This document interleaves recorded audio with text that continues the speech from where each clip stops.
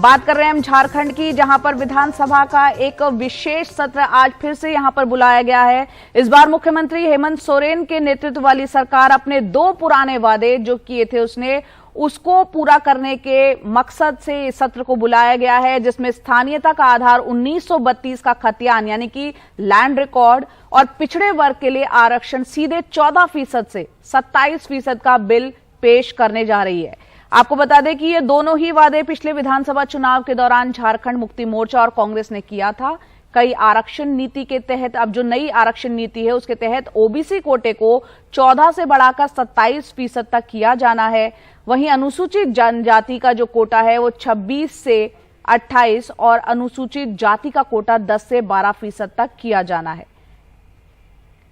आपको ये भी बता दें कि आर्थिक रूप से कमजोर वर्ग के लिए 10% का जो कोटा सुप्रीम कोर्ट ने बरकरार रखा है। ऐसे में बिल पास होने के बाद राज्य में कुल आरक्षण बढ़कर 77% तक पहुंच जाएगा, जो कि देश में सबसे ज्यादा होगा।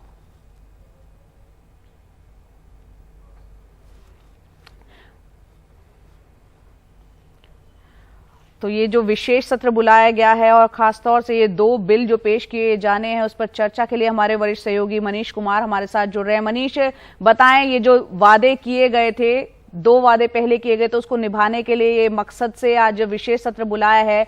किस तरह से तमाम दल इसको देख रहे हैं और क्या कुछ अंतर फिर आ जाएगा, बताएं। देखिए, सबसे बड़ी बात यह है जया कि झारखंड सरकार जो हेमंत सोरेन और खासकर उनके जो एक प्रमुख सहयोगी हैं कांग्रेस, दोनों पार्टियों ने 2019 के झारखंड विधानसभा चुनावों के दौरान ये वादा किया था कि जो स्थानीय नीति है वो 1932 के खतियान के आधार पर निर्धारित होगी।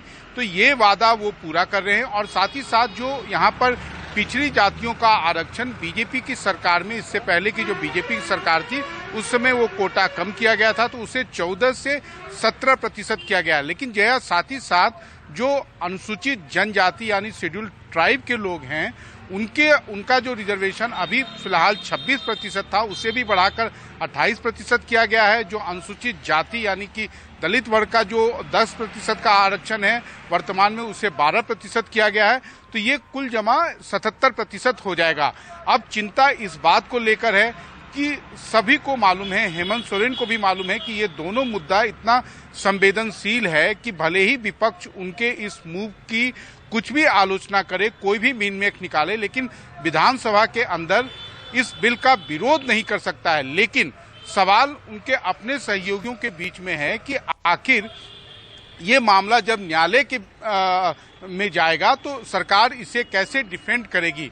तो सरकार के जो भी पॉलिसी मेकर्स हैं या जो हेमंत सोरेन के सलाहकार हैं उनका कहना है कि एक बार राज्यपाल का इस बिल पर सहमति हो जाने के बाद इसे केंद्र सरकार के पास इस अनुरोध के साथ भेजा जाएगा कि इसे संविधान की 9वीं अनुसूची में शामिल किया जाए, जिससे कि जुडिशियल रिव्यू से एक तरह से बचा जाए।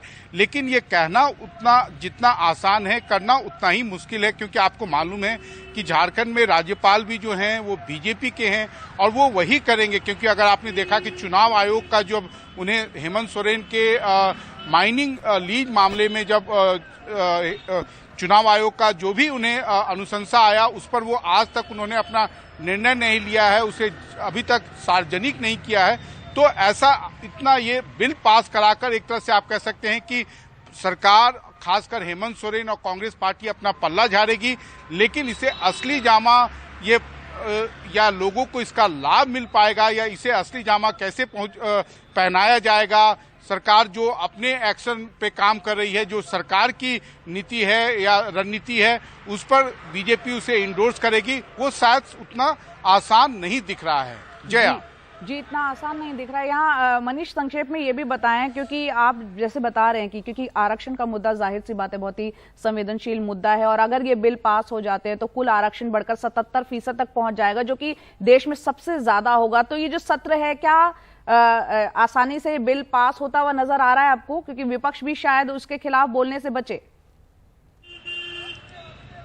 देखिए जया, बिल पास होने में कोई दिक्कत नहीं है, लेकिन जैसा कि मैंने आपको कहा कि इसे मूर्त रूप देना यानी कि इसे इम्प्लीमेंट कराना उतना ही मुश्किल है। पहला तो इसका जो सबसे बड़ा स्टेप होगा वो यह है कि आने वाले दिनों में आप देखेंगे कि न्यायालय में, वो चाहे झारखंड उच्च न्यायालय हो या सर्वोच्च न्यायालय हो, वहां पर एक से अधिक याचिकाएं दायर की जाएगी, क्योंकि सरकार की जो रणनीति है वो सब जानते हैं कि सरकार चाहेगी कि केंद्र सरकार इसे 9वीं अनुसूची में शामिल करे, लेकिन सवाल यह है कि केंद्र सरकार हेमंत सोरेन के अनुसार क्यों काम करेगी। वो नहीं चाहेगी कि हेमंत सोरेन इतना बड़ा क्रेडिट ले लें, क्योंकि एक बार अगर मान लीजिए कि 9वीं अनुसूची में शामिल कर भी लेगी तो उसका क्रेडिट जो है वो हेमंत सोरेन को मिलेगा, राजनीतिक लाभ हेमंत सोरेन और कांग्रेस पार्टी को मिलेगा। तो बीजेपी नहीं चाहेगी कि वैसा कोई कदम वो उठाए। उसकी कोशिश यही होगी कि या तो ये न्यायालय से स्ट्रक डाउन हो जाए या इस पूरे मामले को ठंडे बस्ते में डाल दिया जाए। अगर जया आपको याद हो, पिछले साल भी आज ही के दिन यानी कि 11 नवंबर को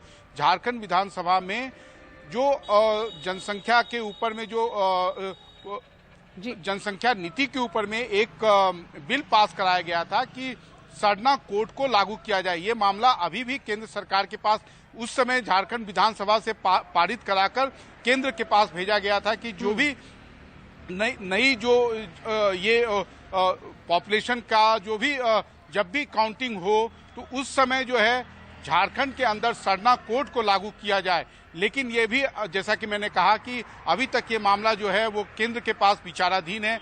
इसे लागू करेगी या नहीं लागू करेगी।